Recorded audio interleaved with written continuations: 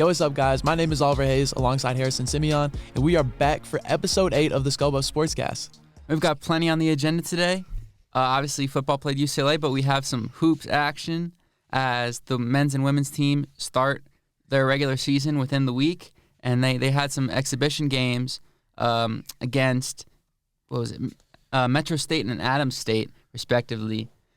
Soccer also had some action as well. We were out there for their big upset win over Arizona State, and volleyball, we'll touch on that too. Obviously, football against UCLA and now up against Oregon State. But let's start with that UCLA game. Yeah. I don't know. For me, there's nothing really to touch on. It kind of just happened. Like if you told an AI, yo, play this game, that's pretty much how it went. The first half. If you simmed it in Madden or something. Yeah. Because the first half was interesting, but you looked at the issues that halted the CU offense and didn't allow them to get into the end zone, and that stems with the O-line, which we talked about. And then, I don't know, defense kind of just got tired out and unraveled a little bit in the second half, and I don't know, that's just, another thing that has kind of tacked on. This CU team doesn't have depth. It doesn't have, the defense can't play that well for a whole entire half without any offensive production, and I don't know, you're just not going to win like that. But either way, respectable loss. I thought Travis Hunter came back in a big way on defense. And yeah, I don't know, there was a little bit of the post-game conferences were honestly the most interesting part of the whole night. Shiloh Sanders got ejected. So yeah, I don't know. I don't even know where to start necessarily, but yeah, I'll start with Shiloh. I mean, obviously that was the defense looked great up until when he got ejected. And then as soon as you saw him go out, you saw how his presence really affected the back end of that defense. Yeah. They ended up putting, I think, Jaquez Robinson in his spot and still playing Trevor Woods at linebacker, which I found kind of odd. I know they've been trying that out. But overall, I think the defense looked way better than most weeks, especially against a team that has a very, very good offense. They put up 42 against Stanford last week. Very good at running the ball. They did end up with 218 yards total. If you look at the stats at the end, it doesn't look great. But in the first half especially, that they just came through. They really came through. I was a little bit worried about how they were able to force turnovers. They forced 4 in just the first half, including 2 monster picks from Travis Hunter, who I thought looked way, way better at corner than obviously the Stanford game when he got torched by Ayamanor. But yeah, the defense looked better. I thought Jordan Dominic had probably his best game of the season. I thought Levante Bentley had a really nice game. Trevor Woods at linebacker had 9 total tackles, or 9 solo tackles and 12 total, along with a pass breakup. So yeah, he looked good. I would like to see him move back to safety. We're gonna see if Shiloh is suspended for the first half of the Oregon State game, though I don't think he will because it was the first half of UCLA where he did. But yeah, I think the biggest story, the biggest takeaway, besides the defense, is obviously the O-line. Coach Prime obviously had some things to say about them, especially considering his son is the quarterback that gets hit. Was getting hit over and over and over again. It seemed like he couldn't even throw a screen without ending up on his butt. It was 7 sacks total, I'm pretty sure. Yeah, it was. I forget what the exact amount of QB hurries and QB hits was. It was in the 20s, I think. Yeah, something like that. Either nearing 20 or above 20, which is just unacceptable. Especially with I don't know. I mean, Shador's been hit more than any other quarterback this season, and so when you're just having another game on top of that, well, he hasn't dealt with a specific injury, but here and there he's gone out of the game a little gimpy. And then, of course, I don't know, with this game, having that little injection at halftime, it's worrisome because, I don't know, for a player of that caliber, there's just no reason for him to be getting hit that much. And yeah, it'll be interesting to see how Colorado goes about things because you need to throw the ball to have success with this offense, but you just can't. Well, yeah, and I thought they did have some success really early on in the first couple drives, but I don't know. They only ended up with 6 points. They could have ended up with 14 because they got in the red zone both times. Mikey Harrison made a really good catch, but I'm pretty sure that was his only catch of the game. So they weren't really able to get him involved. They weren't really able to get Edwards involved in the pass game as much as I wanted. Travis Hunter only had 3 catches for 7 yards. Omarion Miller still hasn't really been able to find his production after that monster USC game. We saw Caleb Mathis, though, come in for a few snaps, make some plays. It's good to see the walk-on freshman do that. But overall, the offense really just couldn't move the ball with how the O-line was playing. It was all credit to the UCLA defensive line. We talked a lot about, you saw a lot of talk during the game about how garbage our offensive line was playing, but not a lot about how dominant that UCLA pass rush was. It was just a complete mismatch on both sides. We talked last week about how they're, I think, top 5 in either total QB pressures. Yeah. So yeah, they were completely dominant. They didn't allow Shador to really get anything going after those first few drives. But there were some missed opportunities on those drives. I mean, I thought the play calling wasn't really doing the O-line any favors. Playing a lot of empty, not really bringing a lot of extra blockers into the play when UCLA would just keep sending blitzes and just having them work because we didn't have a cohesive O-line. Yeah. One thing the offense is just so stagnant because there's no running game. And the offense, they become so stagnant in the red zone because they just have such little room to work. It really seems like they can kind of get the offense going, get points up on the board, when they can really utilize the deep ball and kind of get those big plays early in the drive. But I don't know, you just look at that red zone, that red zone offense, and it's just so atrocious, and it kind of has been the whole year. You think back to I think it was the Stanford game where Colorado had the ball within the 5. And 3 straight plays, they got stopped and had to settle for 3. And it's just, you just can't have that with this much talent at your skill positions. And so, yeah, I mean, it's just the offensive line. And it's, I don't know, it's just impossible to kind of move forward with this team.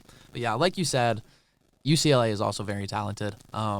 You look at, I'm about to butcher this name, but Latu. Yeah, he's elite. Yeah, he had 2 sacks. I'm pretty sure he's projected to go in the first round, if I'm not mistaken. And he's their best.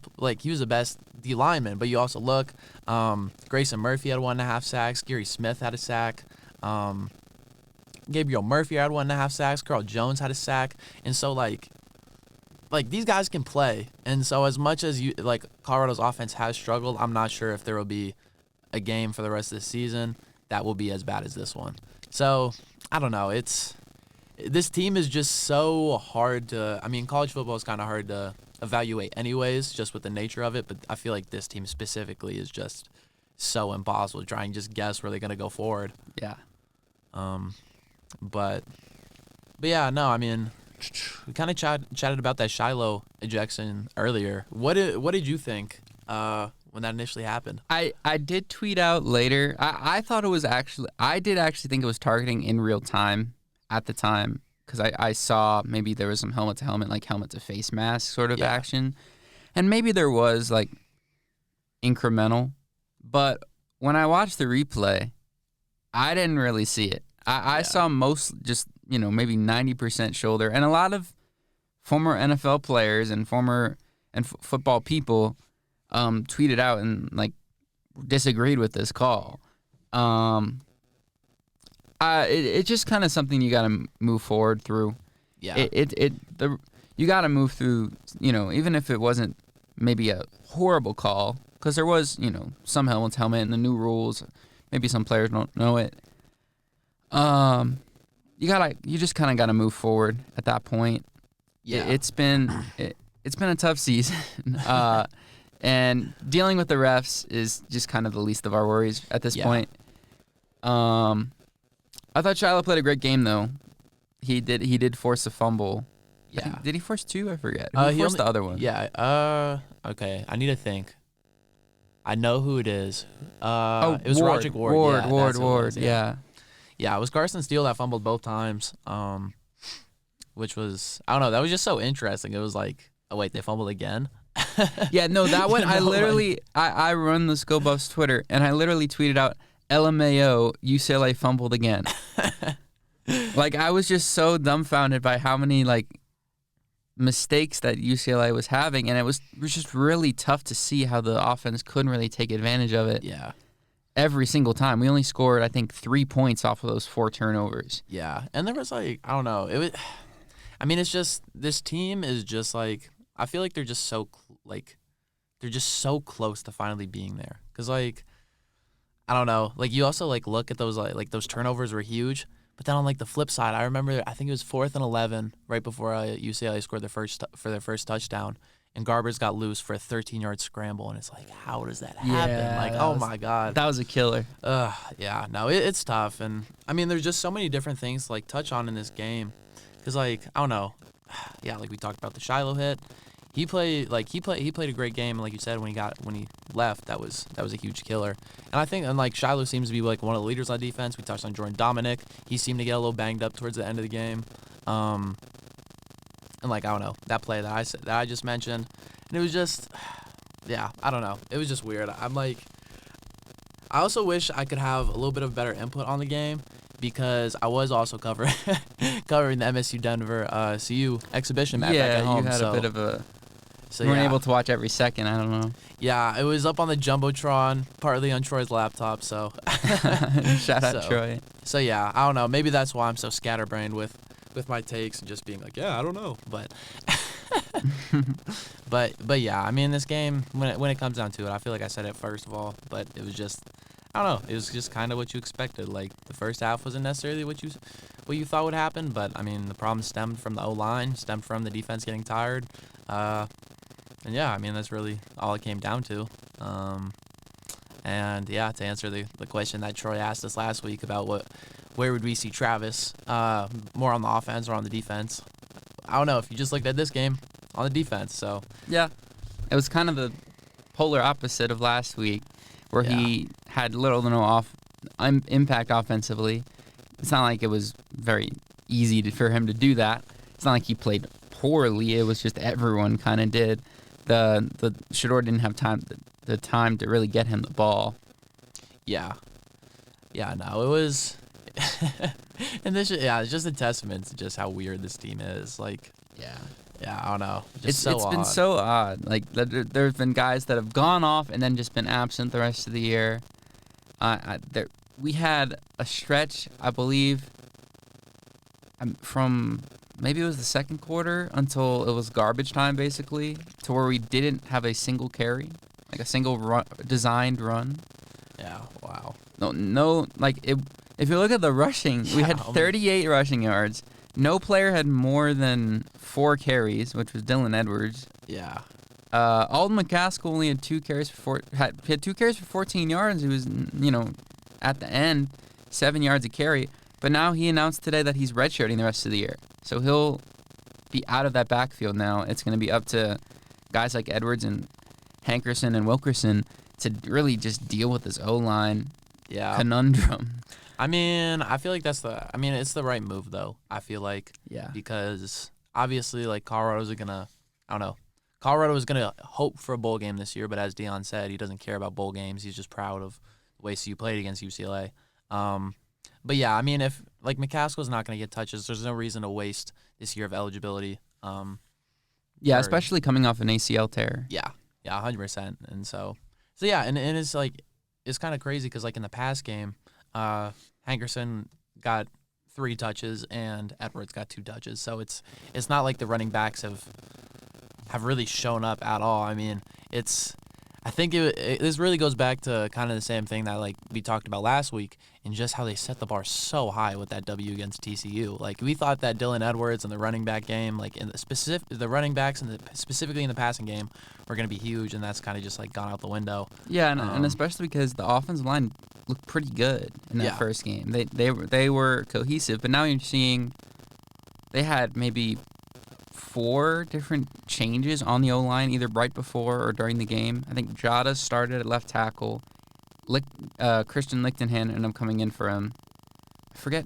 I think it was Wiley came in for Jack Bailey. I'm not 100% on that. I think it was they made shifts at left guard, right guard, and left tackle. Savion Washington didn't look very good in his return to action. I mean, it was pretty much the entire O-line that just wasn't that good. Let me find where that shifting at O-line happened. Shout out Adam Munster Tiger. Christian Licknahan came in at left tackle in, I think, the second quarter. Jack Wilty came in at left guard for that's BB. His left guard, right? Oh yeah, Lamb BB. I think I'd have to check. It's either BB or Bailey. I know those are the usual starting guards. I want to say BB, but I don't know. No, actually, it was Bailey. Bailey left guard, and then Kareem Harden started at right guard instead of BB. Yeah. Well, yeah, I don't know. That was just, yeah. It was just like, no matter who they put out there, wasn't doing it. Like there was just very little like communication I saw with the O-line, and just it was just rough all around, especially dealing with a pass rush like UCLA is. But you know, it's good to see that Coach Prime still has some optimism about him. He said in the presser today that he had. Oh, speaking of today, it's Halloween. Happy Halloween. Oh, yeah, true. We are filming on it. It probably won't be released on Halloween, but happy Halloween anyway. We'll see. Spooky things can happen on Halloween, so it may get uploaded. Yeah, but maybe. We'll hope. But anyway, he did say he had a private meeting with the entire O-line, and that he's extremely optimistic and confident that that's the worst they're going to be, and that they're only going to get better from here. Yeah. So, yeah, I mean, it's good to see that he still has some optimism. Hopefully, we'll see that against Oregon State. Oregon State, another really good, well-put-together team with a very good defensive line in front seven. They're a team mostly based on their offense, though, and if you wanted to wrap up, you give any final thoughts on the UCLA game? I mean, not really. I feel like at this point, like, I don't know, with not being able to watch the game all the way through, like I have with some of the other games, I really found myself kind of talking around in circles with this one, kind of being all over the place. And just like, I don't know, like I've said a million times before, this game was just, I don't know, the issues that have been here all year showed through, and, you know, like the defense was fantastic to watch. But yeah, I don't know. That's really it. So, all right. So I'd be down to move into basketball. We could just touch on Oregon State if you want. Oh yeah, I guess we could do that real quick. I haven't looked too far ahead. They just actually got upset by Arizona. The team will be playing the week after that. They started the year 6-1, looking pretty good. Yeah. Their only other loss came to Wazoo. And their only losses have been by field goals. Yeah. Yeah, I don't know. I haven't looked too much at this Oregon State team. I feel like they've kind of slid under the radar a little bit. I feel like for some of the Pac-12 teams, of course, Washington and Oregon are the ones that stand out. I don't know. Then USC, of course, with just their history and Caleb Williams being as big of a name as he is, and also the magnitude of the games that they've played in. They've been getting a lot of press, even if it, I don't know, hasn't been good press recently. So yeah, I don't know. This Oregon State team should be kind of interesting. I think it'll be a really good quarterback battle because DJ Uiagalelei is over there, formerly of Clemson, and yeah, he's been elite this year. Yeah, only 4 interceptions too, which is pretty phenomenal. 155.6 rating. Only a 59.2% completion percentage, which is pretty below average, but overall 17 touchdowns, 4 interceptions. He's only been sacked 7 times, and Shedeur just got sacked 7 times in one game. One game. Yeah, no, I mean that's always going to be the biggest discrepancy when CV is on the field because I mean Shedeur is just going to get hit, and that's just plain and simple. That's just going to happen. You know, you try to be optimistic about it, but I mean we haven't really seen a game where he hasn't taken somewhat of a beating. At least like one half of football. But they're an extremely good, obviously as that stat shows, they're an extremely good pass protecting offensive line. They're more of a pass-based offense, but they can run the ball very well. They average 187 yards a game in that category. So it'll be interesting to see how the offense for Oregon State is balanced. At Boulder on ESPN, 8 p.m. kickoff again. I hate those. Yeah, no, the 8 p.m. kickoffs, I don't think I'd do it anymore, especially if it's going to be another double overtime game like the last two have been. I'll be in the press box with you for this one, so we'll both have a similar perspective on this game. Yeah, hopefully I can actually talk to you this time because Patrick joined me for that Stanford game, and I did not say one word besides curse words for that whole second half. So actually, I don't know if Patrick will do it. It's either gonna be me or Patrick because we're deciding who to put in the radio booth. So. Yeah, well, yeah. Either way, but yeah, no, hopefully. Yeah, no, it has been really interesting with these 8 p.m. kickoffs, though. With double overtime in both games, but then two very different endings. Yeah. Thankfully, the Arizona game will be at noon, like actual noon, not noon on the East Coast. That, I am so thankful for that. Because, on the flip side of the 8 p.m. kickoffs, it's been a 10 a.m. kickoff. Right. You either have to wake up really early or stay up super late. Yeah, and especially with, game day and big noon kickoff coming to Boulder those first few weeks. Yeah, it wasn't just getting up to go to the football game. It was getting up before the crack of dawn to try and get to all those big events. But anyway, it should be. I wonder what the temperature will be actually for this game. It's been real cold around Boulder. I know it's supposed to warm up a little bit. Yeah, it says Saturday the low will be only 43. So. Okay, well, high of 64. That's promising. Probably be in the high 40s during the game. Yeah. Something like that. So it won't be too cold. Yeah. Should be all right. I don't know. Of course, with it being a night game, it could get real frigid real quick because, I don't know, that soccer game, that wasn't even a night game. And it definitely was colder then. It was in the 20s, but just so cold. So I'll have to see if the temperature plays any bit of a factor in this game. Really ahead of that, you kind of touched on everything. You touched on their pass protection, their running game. Obviously they have to have a decent defense to be ranked number 16. They did give up 40 to Cal, I will say. They gave up 40 to Cal, so... Yeah, it is true. Though shout out Cal, they almost beat. They scored 50 on USC. They almost won. Or almost 50. I think it was 50 to 49 was the final.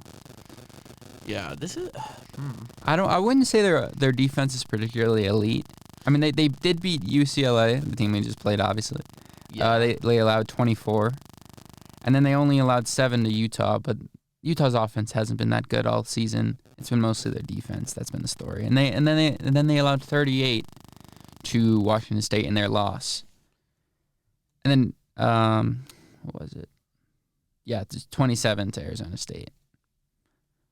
But we'll see. I think it's obviously not realistic after this game to say that we're going to win.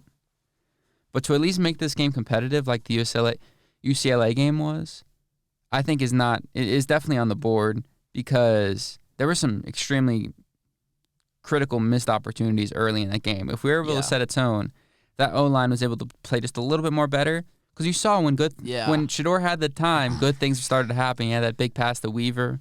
Yeah, and I think that was the play I was thinking of earlier when I was talking about those deep plays that really seem to ignite the CU offense. You kind of just need to get those big splash plays when it seems that Shedeur is getting hit so often.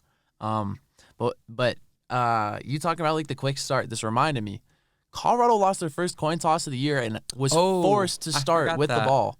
So this was their first game that they started with the ball, and they didn't get up in the end zone, but they led a great drive into the red zone. Yeah. I think we should do that more. I think even if we win the toss, we should elect to receive more. Yeah. No, I think so too.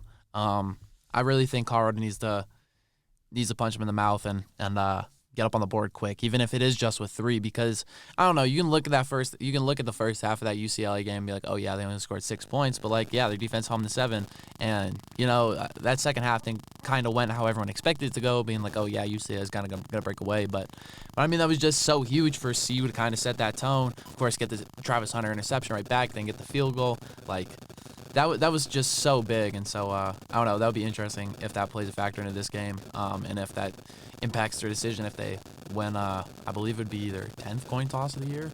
But it would either be their 10th or their 11th or something. I think it's 10. It should be 10. Because 7 wins before a game and then 2 overtime wins. So if they win this next one, it would be their 10th of the year. So that would be interesting. And then another thing that I was looking at for this OSU defense, they forced 16 turnovers, eight interceptions, 8 forced fumbles. Leading the interception categories is Easton Mascarenas Arnold and Akili Arnold. Interesting that they both had the last name Arnold, but yeah, they both have 2 each. So yeah, and then a number of other OSU defenders have a pick as well. So I don't know. That would be interesting. Shedeur isn't really known for throwing interceptions, but you do wonder how that kind of turnover battle will kind of play into this game. Yeah, I mean, it was good. Again, it was good to see how the defense was able to really force early turnovers, with 4 in the first half against UCLA. This team, though, this Oregon State team, though, not really prone to giving the ball away. I believe, let me check on how many fumbles they have. Four picks, and they've lost only 2 fumbles. So, yeah, only 6 turnovers in 8 games. Yeah, which that's pretty good. It's pretty good, but our team's pretty good as well. So I think this game will be pretty clean. Yeah, I will say I wouldn't see I can't picture there being too many turnovers between either side. I will say though, some of these games have gotten pretty high scoring for the Beavers, and to have as many like high scoring games as they've had, that means they've had to have had the ball a lot and to not turn the ball over. I mean, obviously high scoring means they're playing against bad defenses, or maybe their offense is good. I don't know, but yeah, to not turn the ball over with how many possessions they seem to have and turning those drives into points is pretty big. So I don't know. Yeah, it will be interesting. That's really been kind of the word of the year with this team. If you've been watching our podcasts and our previews that we had at the beginning of the year, but yeah, I don't know. That's really kind of all I have. So I'd be down to shift into basketball. I know I was down to shift earlier, so. Yeah, no problem at all. We can shift to basketball. I'll give my quick score prediction. I say Oregon State 41, or no. Say Oregon State 38, Colorado 30. I'm thinking. I think our offense gets back on track, but it's not enough to overpower. Yeah, I'll probably go a little Oregon State, like 38, Colorado 24. Okay. Something like that. Because I don't know. It's so hard for me to say Colorado is not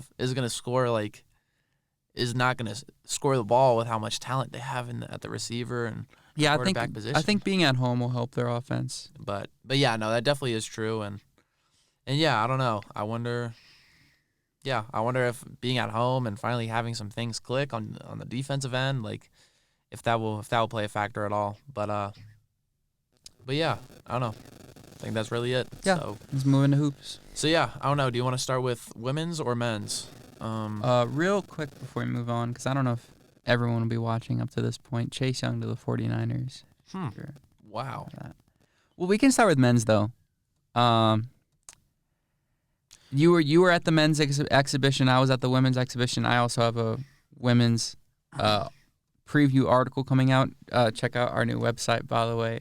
Yeah. If you want to put like a thing up here that shows our URL. Yeah, I can do that. For now, it's Schreiber Marketing at Wix. Yeah, .wix, .something. I don't know. Either way, I'm gonna link in the description. I'll put it up top. It'll be all good, and our stuff is all going up. All our content is going up on that website. And that preview should be up the next few days. Yeah. So, yeah. You can go into your men's preview though, or men's, whatever your thoughts were on that exhibition and looking forward.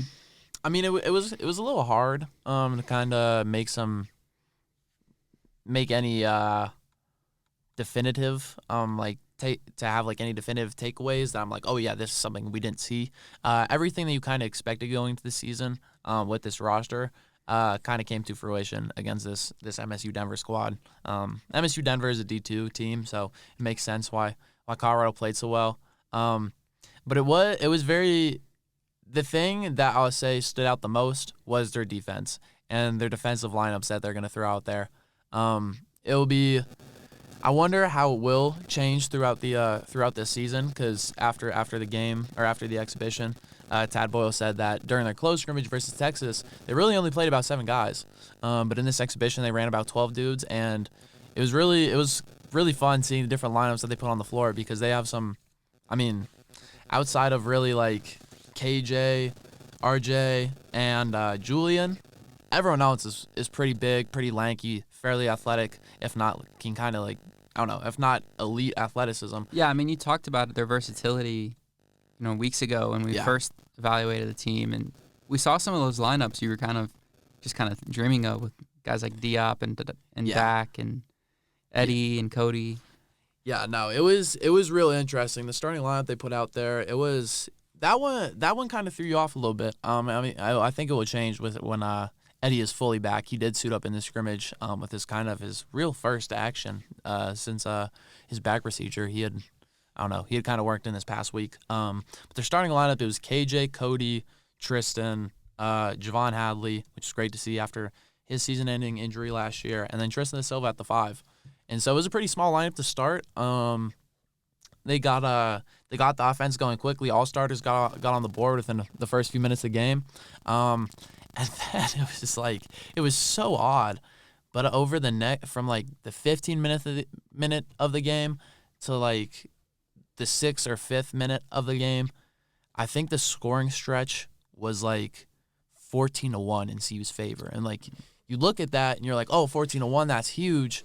But like this Colorado defense was so suffocating that MSU Denver was turning the ball over at will. They couldn't get any shots within the perimeter. Every shot seemed to be tough, contested. The shots that they finally did start making towards the end of the half were contested. I mean, me and Troy were sitting there, and we were looking at Braden Maldonado hit these crazy step-back crossover shots, fading away, and it's like, wow, these dudes really have to work to get some buckets. And so Colorado was able to get in the transition a lot, but there was a lot of stuff around the rim that they just weren't finishing on, and they'd get some putbacks, some second chance opportunities, sometimes even third or fourth chances, and they still kind of just couldn't put it all together around the hoop, which was a little worrying. But it's also like this is the kind of the first little action that we've seen, and I think it will also come together a little bit more once the shooting starts falling, because the free throw shooting was abysmal. I mean, Tad Boyle will tell you that straight to your face. Yeah, it was awful. But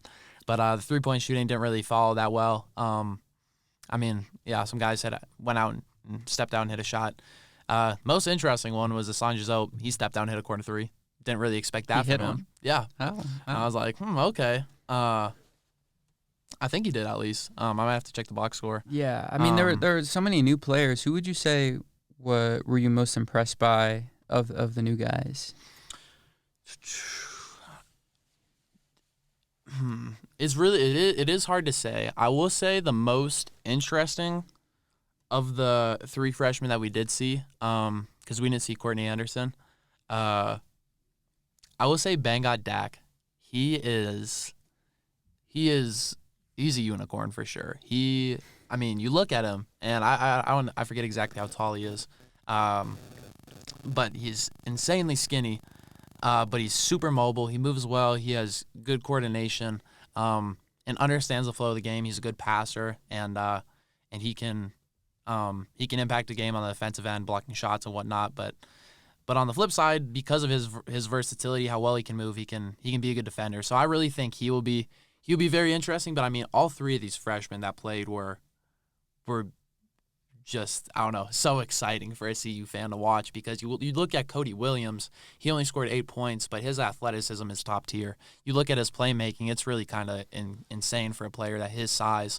And you look at those like long arms, and he's a guy that who's just a positionless player, really. And I think it really, like, his stardom will just depend on how well he's able to shoot the ball from the outside this year, because he's going to be able to get to the rim. He's going to be able to create plays. So Cody was fantastic. I just touched on Bangot Dak. And then Assange Zoe, I don't know, he won't get the credit he deserves, I don't think, because he's not going to be the guy that's going to be putting in a lot of points. He's not going to be racking up some assists. He's not going to be doing too much that's going to light up the stat sheet. But he's one of those dudes that's hard-nosed. He's going to sit there. He's going to play defense. He's going to communicate. He passes the ball well. He has a smart IQ, and he just wants to do everything that's going to help this team win. He's a great rebounder.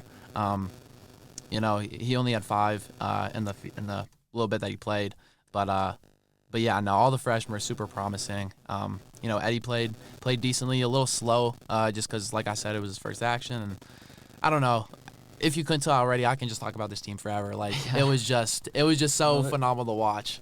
There's so much optimism about it, and I saw like The Athletic called Tristan da Silva, like some of the returners, like they called Tristan da Silva one of the most underrated players in the country. Yeah, and I believe that's true because I mean, just looking at him play, like I mean, it is an exhibition versus a D2 team, but I mean, I don't know. Win the tip, get his first shot, 3 balls straight away, knocks it down. Next possession, I'm pretty sure he got fouled, I think he made a layup, and then I don't know. CU scored, then he gets fouled, makes a free throw. So he scored like the first 6 points of CU's 10 before getting like subbed out, and he just looked a lot more comfortable. Obviously you kind of expect that from a 4th-year guy, especially after another off season. But I mean, just across the board, everyone is really promising. I will say the one thing that was a little worrisome to me, outside of just like the shooting woes, was just kind of was Joe Hurlburt. I kind of expected to see him a little bit more with his shooting stroke. That playing a factor a little bit more in practice. But he didn't really see the floor too much. Only had 2 points, didn't grab a rebound. Oh yeah, he only played 7 minutes. So okay, I was like, I mean, you can't really say that much. It's hard to say much about that sample size. But I thought I was gonna see more of him. Yeah, because he's supposed to be the backup 5, huh? Yeah. Or do you think they may, instead of that backup 5, if Hurlburt isn't really coming along as well as Tad would hope, they play some more of da Silva at the 5? Yeah, I mean they could throw da Silva at the 5. I mean, I think he started at this game just because Eddie's still working back. Eddie only played 12 minutes. Yeah, I just mean like when there's shifts where Eddie's out. Yeah, maybe they use some of that more. Yeah, I think it will depend. Defensive versatility. It will definitely depend on the personnel, of course. Yeah. What teams are playing. But yeah, you could see Tristan at the 5. You can see Bangon at the 5. I mean, you could even throw Hassan at the 5. Like there are a number of guys that you can kind of rotate in and out. But it'll be interesting to see how Hurlburt plays because he doesn't necessarily have the. I don't think he has the defensive ceiling that some of these guys have at that big man position. And he's not gonna bang around as well inside. But that 3-point shooting ability from that position is very interesting if he can get it going.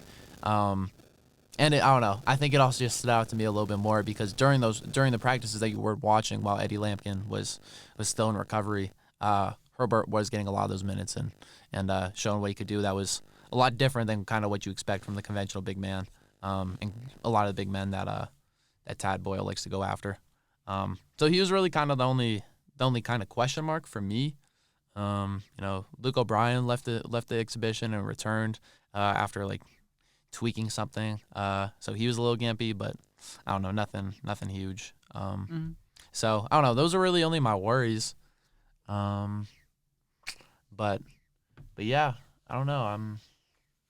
Yeah, it was just. I mean, it was a real fun game to watch. I mean, despite the football game going on, despite the really cold, snowy conditions, fans showed out, and the bench was the loudest I'd ever heard it be. I mean, I think that's helpful when you don't have a crowd. But when I asked Tad after the game, he agreed with me that they were louder than last year. That this team is a really good group of a mixture of returning guys and college veterans along with this very promising group of freshmen, and then I don't know, throwing your red shirts as well as transfer Eddie Lampkin, and yeah, you're gonna have a special product, and I think they do going forward. So yeah, I mean, I'm really.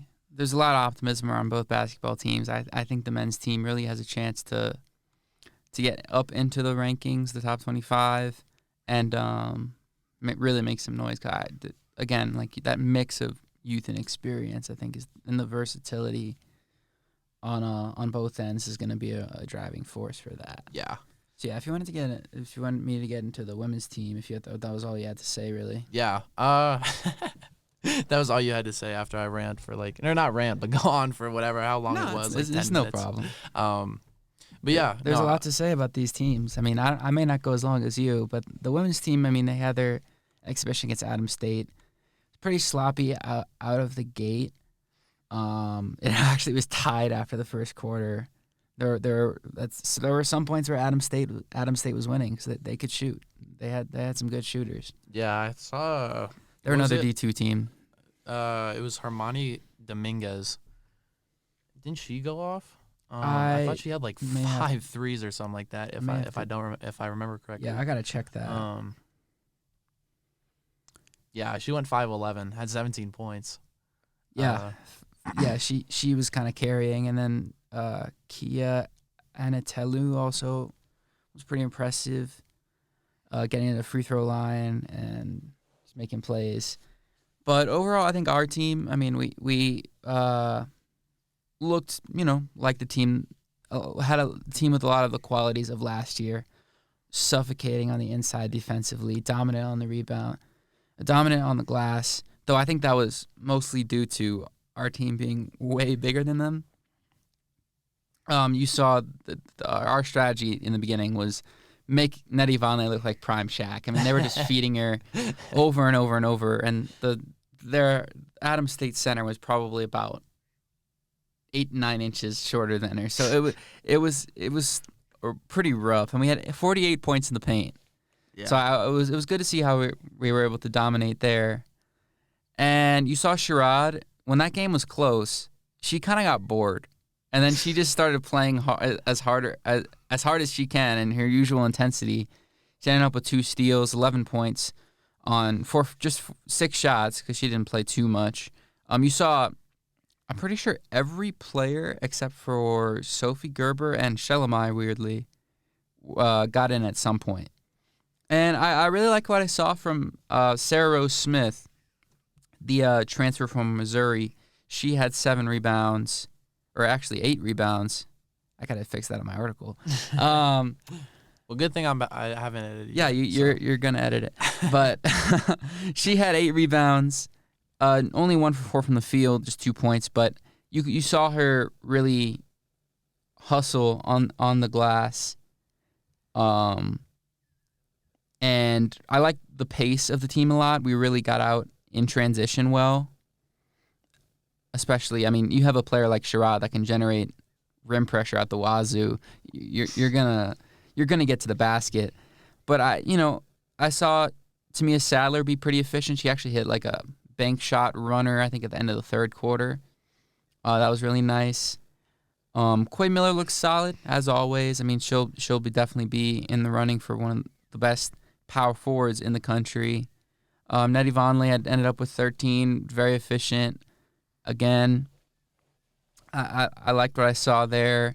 You saw I think the person I was most impressed with of any player, weirdly, was Kendall Wetta, because you saw her really come into her own as Sherrod's backup. She brings a very similar level of intensity as Sherrod on the defensive end. And she can provide some shooting punch as well. She didn't hit any threes. She only took 1. But I think once you see her volume go up, she was like a 38% shooter from last year, but on just like one or so attempt a game. If you see her minutes go up, I could definitely see it. Her becoming a lethal shooting threat from the outside. She really pushed the pace on offense as well. She almost was a little too aggressive. She had 4 fouls, which was the most of any player on our team.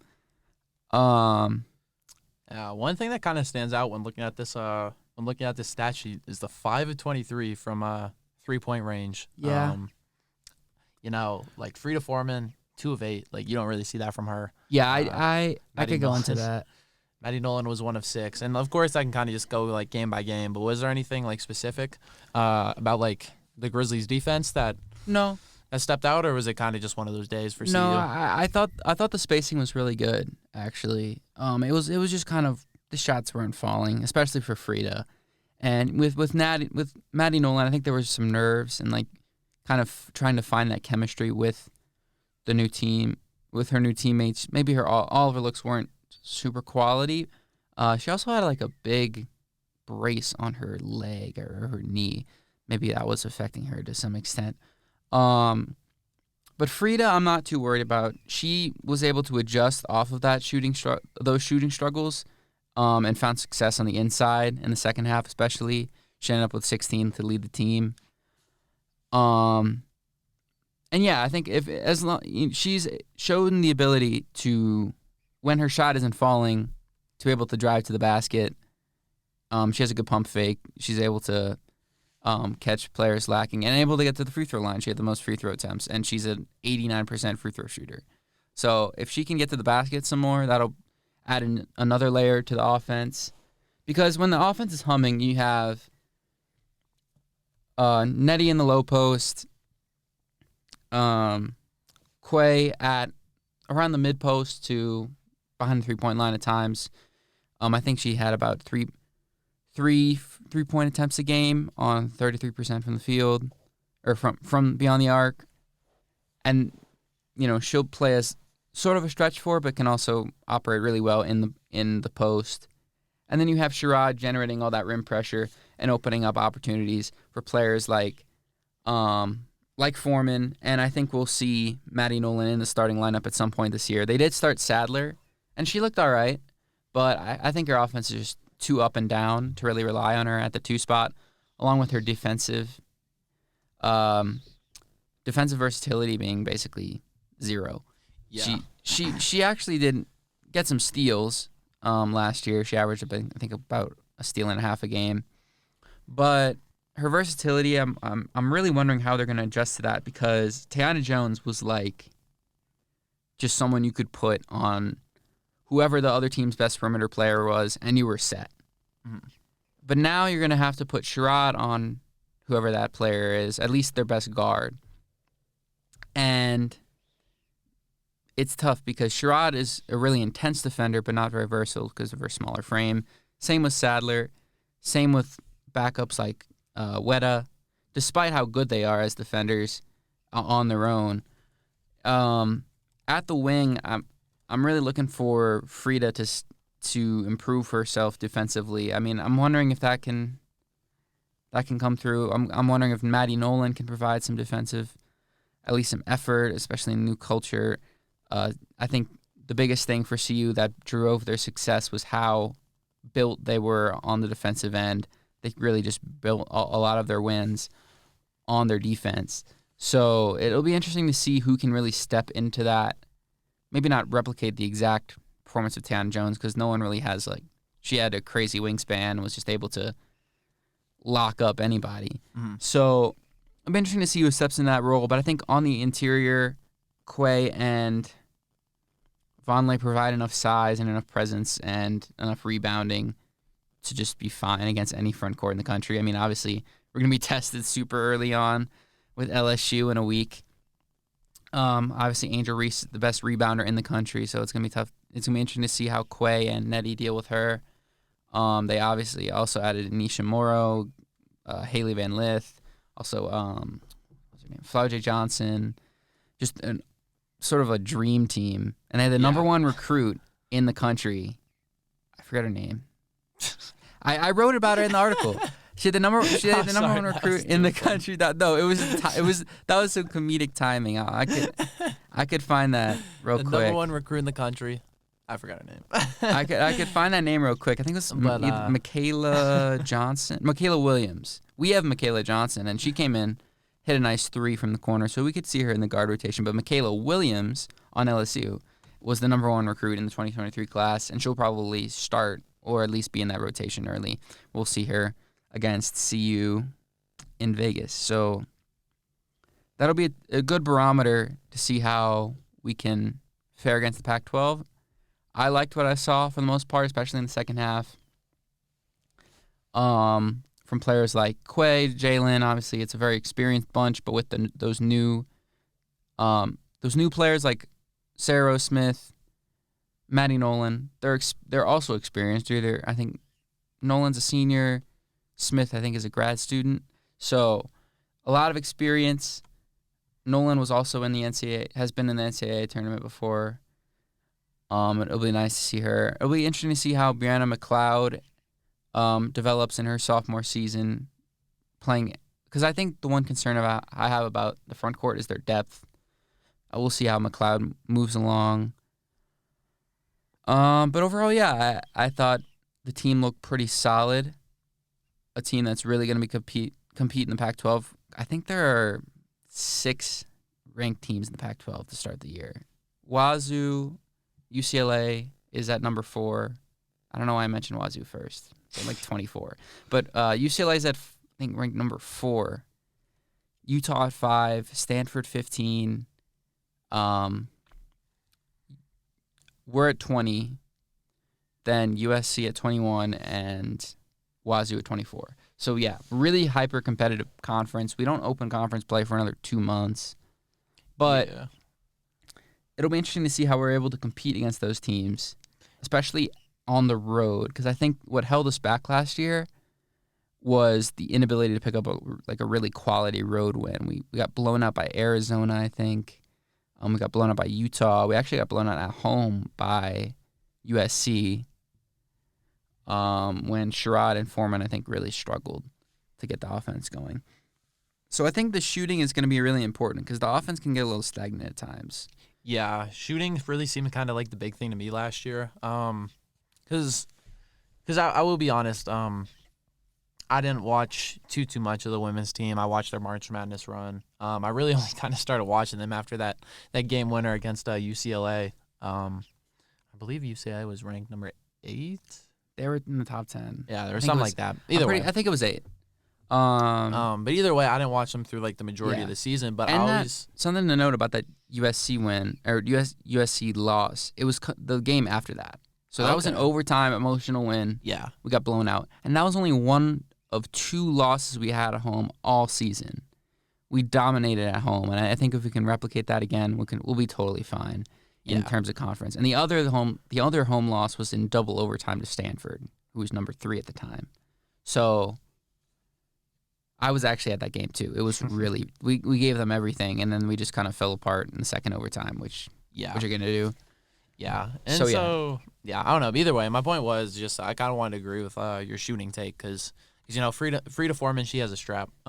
That's undeniable, and of course we talked about Sarah Rose Smith and Maddie Nolan joining the team, both who can shoot the ball well. But yeah, no, I really felt like last year the 3-point shooting really kind of put a cap on this team because when you look at who was playing, like I don't know, Quay Miller can shoot the ball a little bit, but of course she's not a premier shooter. She wants to work on the inside a little bit more. She's not going to be running off of screens getting open. No, it's not her game. Yeah. But something I did notice before the game, Sherrod was practicing threes a lot. She was shooting around, doing a little around the world. Jalen Sherrod was practicing threes a lot, and she only took 1 during the game, but I think you could see that number go up. And same with Sadler. I think she can shoot from the outside. She'll be getting more minutes with the starting lineup, so I think that could maybe help her efficiency and her quality of looks from the outside. So we'll see. I mean, she operated mostly in the mid-range for this game. And she did take 1 3 as well, which she missed, but it was still good to see. I mean, overall, the shooting was my only concern, but everything else looked pretty good. We shot really well from the free throw line. We moved the ball around really well. We had 21 assists. A lot of, pretty balanced. Everyone was kind of moving the ball around well and getting players quality looks, especially in that second half. So yeah, I'm excited for the team. Obviously, you can't take away too much. It's a D2 team, but we're gonna get the real barometer in a week, the real test. Yeah, as big of a test as any women's, not just college, but professional, like any women's team in the country. Their biggest test would be that LSU team because they are legit. I mean, they added to a national championship level team. Yeah. With the 2 top transfers in the country and the number 1 recruit. So, yeah, I'm really excited for that game. Even if we do lose, as long as we can make it competitive, I think we'll be totally fine. And it'll be interesting to see how Sherrod, this is Sherrod and Quay's last year. Yeah. And it'll be interesting to see who kind of takes over. Maybe Weta. Weta's still a junior, so we'll see how she can do. And then Vonleh's still a junior, so she'll have at least one more year left. Yeah, I don't know. I was actually mixed up about when I mentioned Nolan and Sarah Rose Smith were experienced. Sarah Rose Smith is a senior, and then Nolan is the grad student. Okay, so yeah, gotcha. Well, that's about all I got. Yeah. I was really impressed with the team. I think we'll be totally in the running for the Pac-12. We were ranked 4th in the preseason rankings. I think that's behind UCLA, Utah, Stanford. But I think we can end up above Stanford because they lost some pieces. They may end up.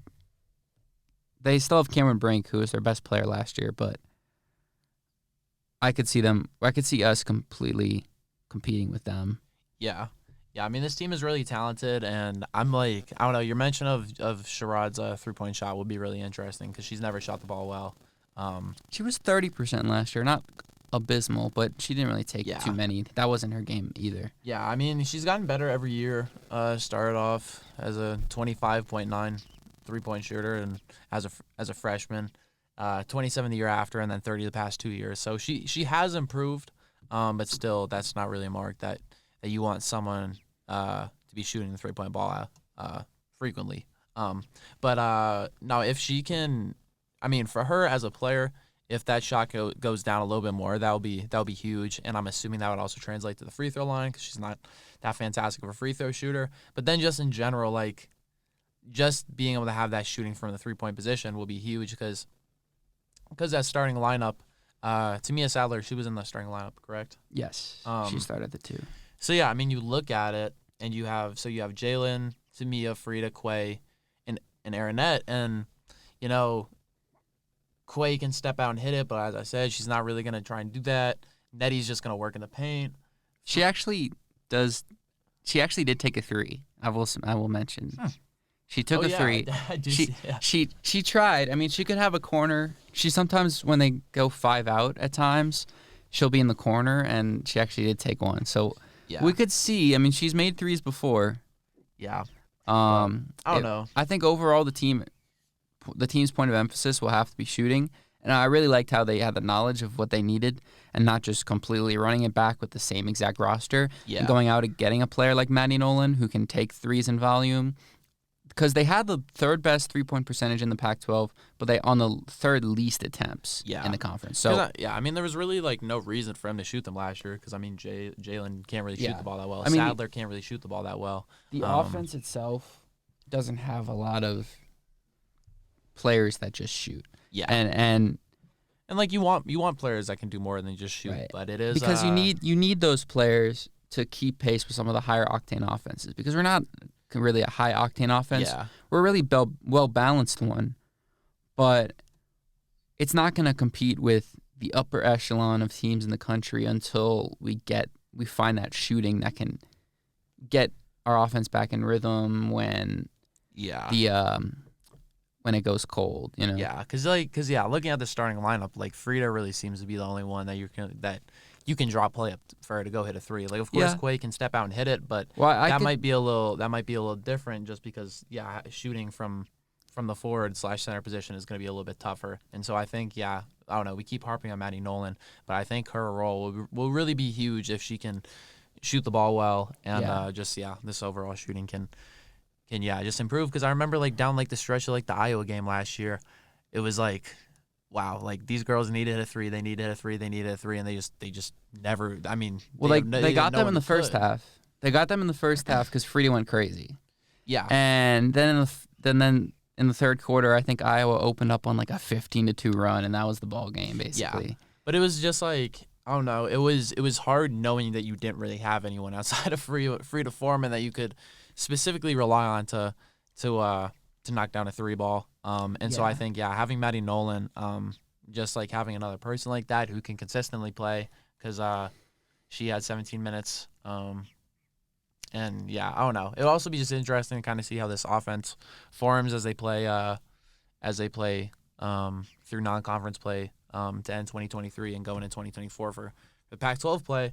Because I think you could have.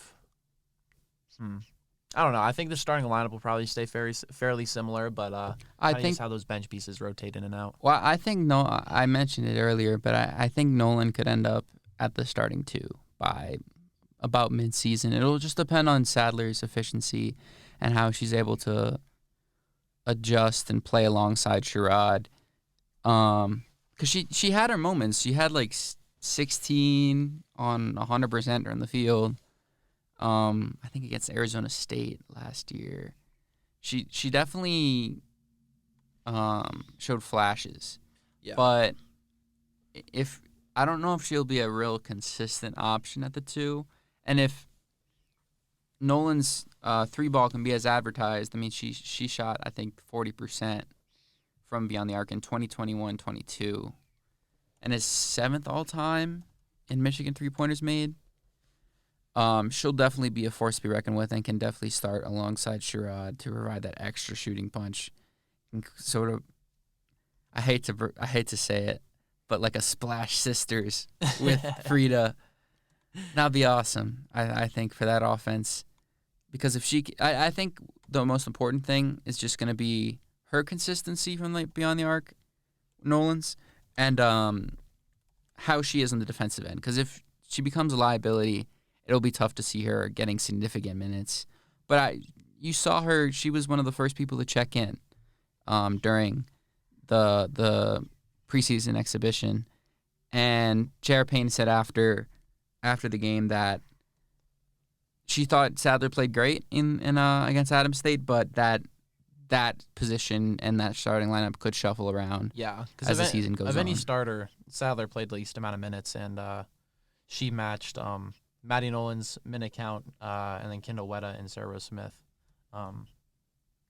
Both had a minute extra or a minute more than Sadler, and so yeah, I don't know. That just kind of plays into what Payne said and kind of what we saw or what you saw, I guess, rather, and then kind of what we've speculated on about what may happen going forward. So yeah, I don't know. That would be, I think, that would be interesting. And just where the team identity lies and kind of what their needs and wants kind of turn out to be as they progress through non-conference play and then find themselves, I don't know, kind of build their identity and find themselves matching up against some of the top teams in college women's basketball once Pac-12 play rolls around, and then hopefully once March and April are here, then there'll be a team that'll be in March and April for a while. Well, yeah, for sure. I mean, they're going to be there, but I don't know. After last year, it's like I got to build on it. You have to build on it. That was the biggest point of my article.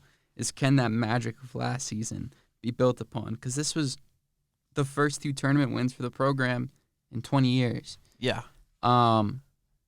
And J.R. Payne, she's been here. I forget which this year. This is her eighth year. But yeah, she's really putting a lot of work to turn this program around from when she first got here, and so yeah, just building off that and not, I don't know, kind of just like building her legacy. She has a great thing going, and yeah, she can build on that. Colorado women's basketball will be special for years to come, and dabble back into its history a little bit. Yeah. Because sports, I don't know, as you guys know, and as we keep talking about every week, sports all around CU just keep getting better and better. And very exciting things.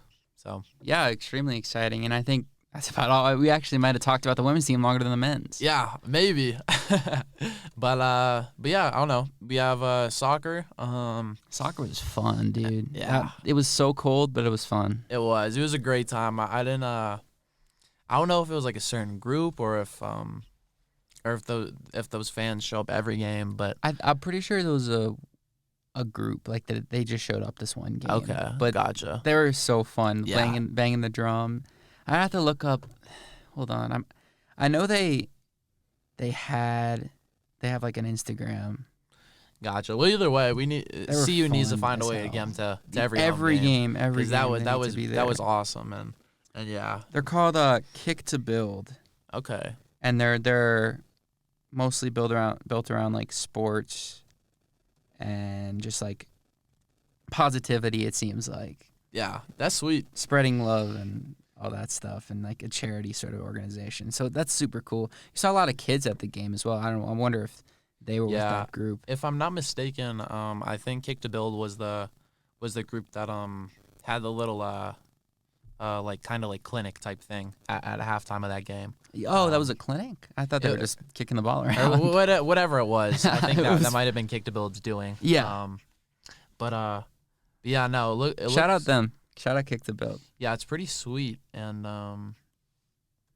That game was awesome. Yeah. The second 2 goals from I think Hope Leba had the first one, and then Allie Clark. Oh Yeah. my God, dude! I wonder if that Absolute ended up banger. on SportsCenter, because that was crazy. and we had a perfect angle for it too. I know. Like we were on the opposite side of the field, but just with where we were lined up, we pretty much just saw that ball go straight. You saw that straight shot, and it was, I don't know, that was something beautiful because yeah, and that was really just a phenomenal game. It was a game really to watch. important win for the team too, because Yeah, they've been in a bit of a rut lately. They started the season really well. We're ranked at one point. Then they dropped some games, ended up in a lot of tough draws. But 4-0 against the number 18 team in the country, that's something. Certainly something. yeah, And it was really cool to see how. I don't know. I don't want to get on this too much because I know you wrote a recap about it, but it was really cool to see how the team really like rallied in that second half. yeah, no, yeah. I mean, it wasn't even necessarily like even kind of like rallying.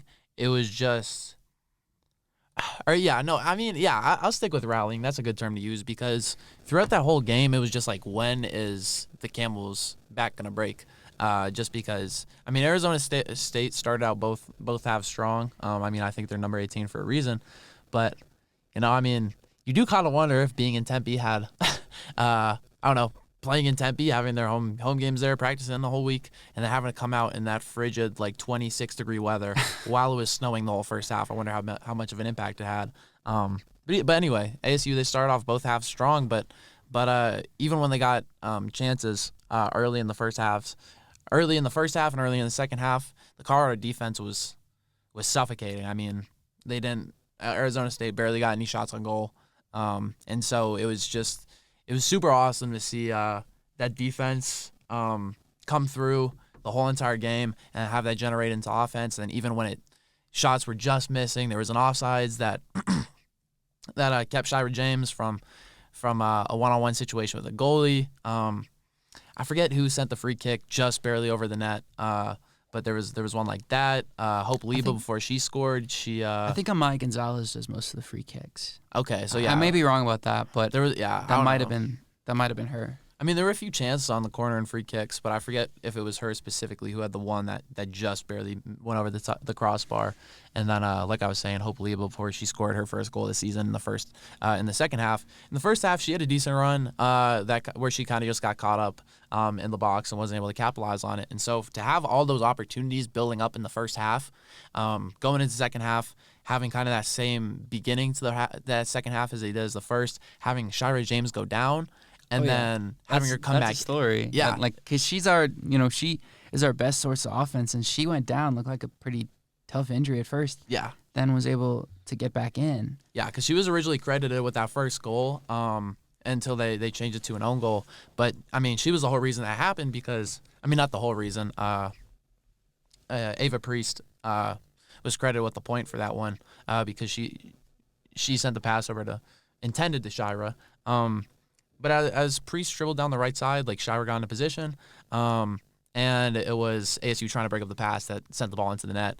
And so it was so beautiful to see like a team that was playing well and not getting the results that they necessarily wanted by finding the back of the net, but then still staying consistent, being relentless, and just capitalizing. Because once Ava Priest and Shira James were able to pair up for that own goal, Hope Leba had her great run a few minutes later down the left side of the field, crossing over, breaking the ankles of a ASU defender before finding the back of the net.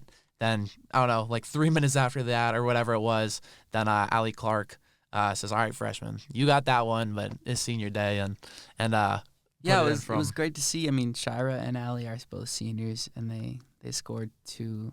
Well, I guess Shira didn't score, Yeah. but I don't know. Either way, Allie Clark's goal, like we said, I mean, SportsCenter top 10-esque. And then, after that, it was kind of just like, all right, like we need this game to end because it was so cold. But then, Claire Coran, she got in as a freshman in the garbage time minutes, and she even got her first goal. Yeah, so it like sort of stows from the past to the future. Yeah. That this team is gonna be good for a long time, and another yeah optimistic outlook on CU Sports. So yeah, no, that was huge. It was so fun to watch, and I mean, Prent Up Field is beautiful as always with the flat irons in the back, but especially with the snow and the cloud cover. How they were able to clear it off so cleanly. Yeah, that was one thing that the head coach Danny Sanchez talked about. That pitch was spotless, and before we even were able to shout out CU Buffs Turf. Yeah, no, their whole grounds crew, all of them. I'd have to look up the names. Let me pull up my recap so I can mention the first names that Danny Sanchez mentioned. But he said the grounds crew got up at the crack of dawn, and for those of you that aren't in Boulder or maybe not even in Colorado, it was coming down. I mean, it's been coming down kind of all over the nation, and or at least all over the state. Yeah, or all over the state, and it was just they had to put in a lot of work to make that field as beautiful as it was. I'm about to find okay. I need to find this quote, bro, because I need to shout out these two men that did a fantastic job at clearing off this field. They deserve their recognition. Okay, I'm about to pull it up. Okay. The Wi-Fi is not working, bro.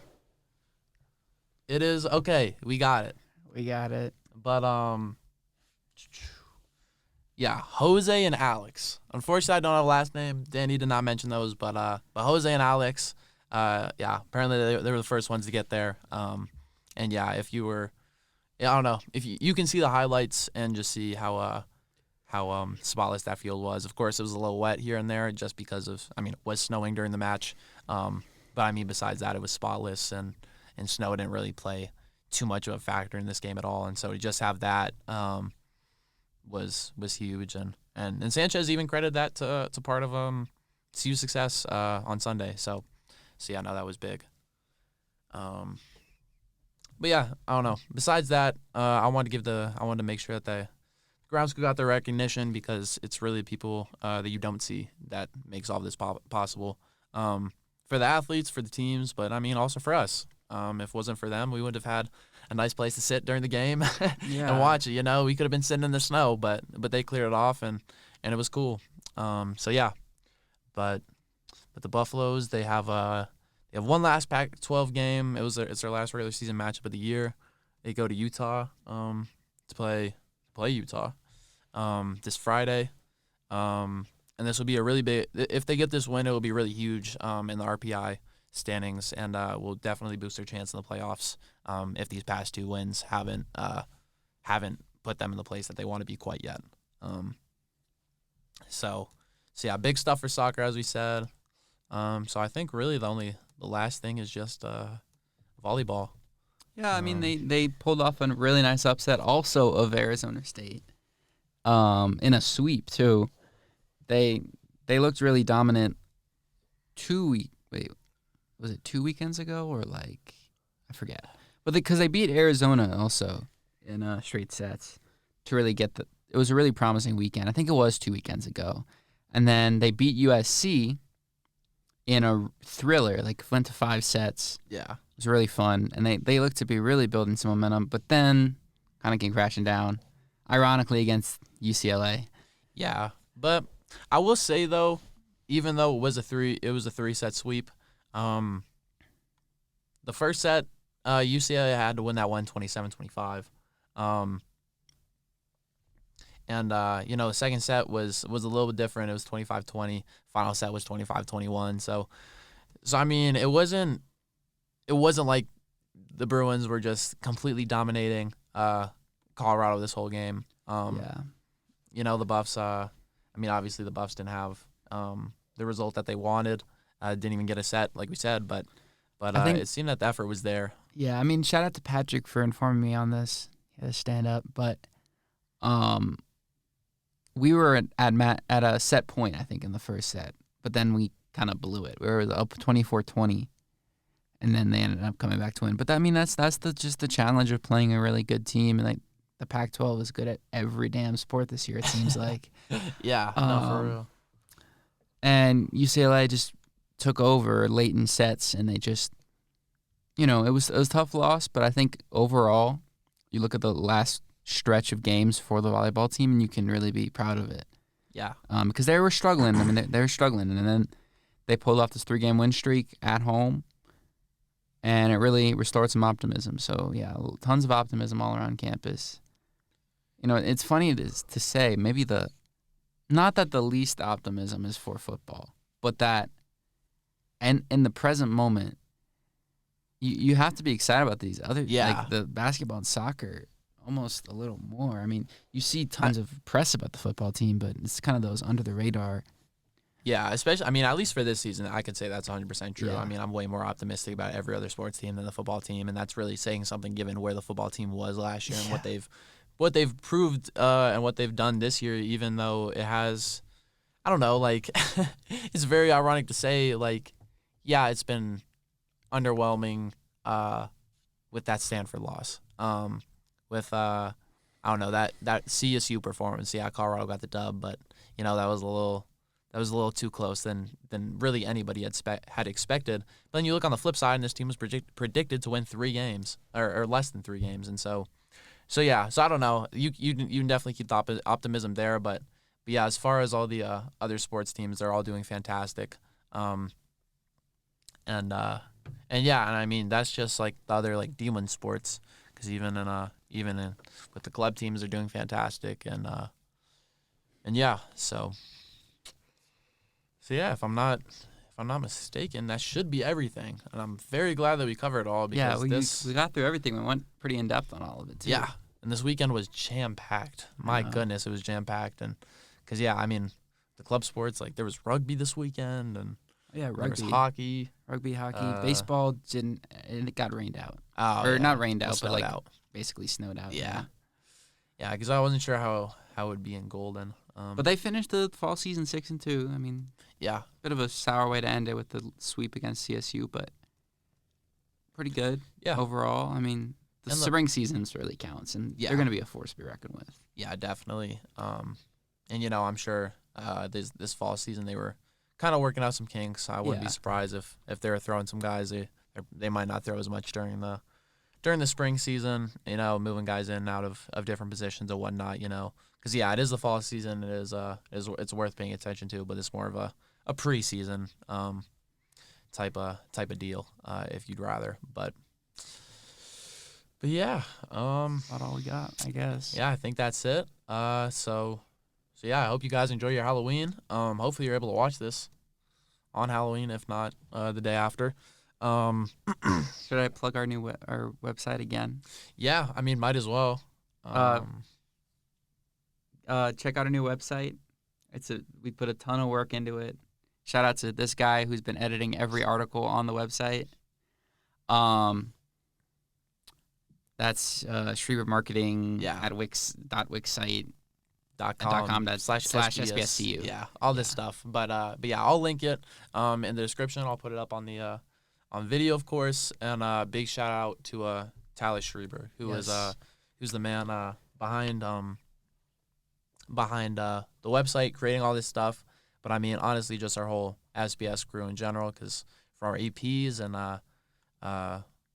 Melena Humphreys, Jared Miller, Alex Roberts, but also our other writers and people that have put in work. I mean, I don't know, Patrick Dawson's the first name that kind of comes to mind. He does everything now. Because that man, I don't know, he's the Travis Hunter of SBS, it seems like. The way this dude is somehow covering everything. But who else can we I mean, Roberto, Trent, Jimmy, Nick, Jimmy, Matt, totally. Yeah, Nick. I mean, Christian, Terrace, Kai.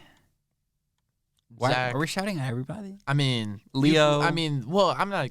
My goal wasn't to shout out everybody, but Dylan, we just have so many people all putting in work. Shout out everybody. Yeah, we have There's Emily. So much work. Lily, like Tessa, Kiara, Aiden. Of course, our faculty member Jake Shapiro. Like, Just numbers on numbers on numbers. We come in. I believe this is a great end to the episode. We'll catch y'all next week. I'm Aubrey Hayes. I'm Harrison Simeon. We'll catch y'all. Y'all heard it here first. Deuces.